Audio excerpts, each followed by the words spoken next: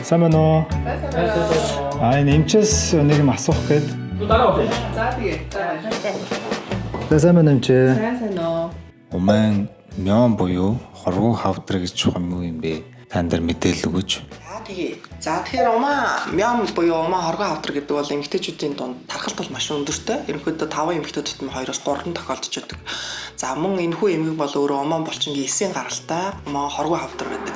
Тэгэхээр яг энэ эмгийн үед бол хизээ эмчилгээ шаардлагатай, мэсэл эмчилгээ шаардлагатай үгүй юу гэдэг бол тухайн мям маань одоо яг аль хэсэгт байрлаж байгаас хамаараад шинж тэмдэг хэр зэрэг өгж байгаас шалтгаална гэсэн үг. Тэгэхээр хэрвээ хүн дээр гоо төрсэн байгаа тохиолдол бол мэдээж биений юм их хэмжээтэй ирэн цусаалдан түүнтэй холбоотой цус багталтын шинж тэмдгүүд тухайн эмэгтэй дэлгэрнэ гэсэн.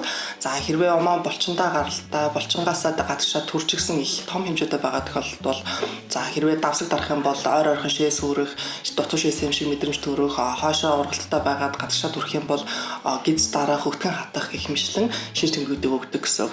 Жирэмсэл төрөл нь бас хэмжээтэй нөлөөлж болдог. За өргөдлийн шалтгаан байж болдог байна. Уман мёмын RF эмчилгээний давуу тал нь юу юм бол?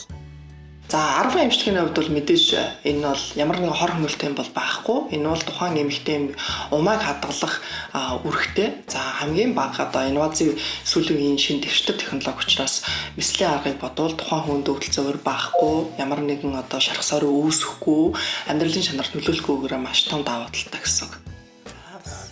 За баярлалаа эмчээ. За ажлын төлөвлөсөе. За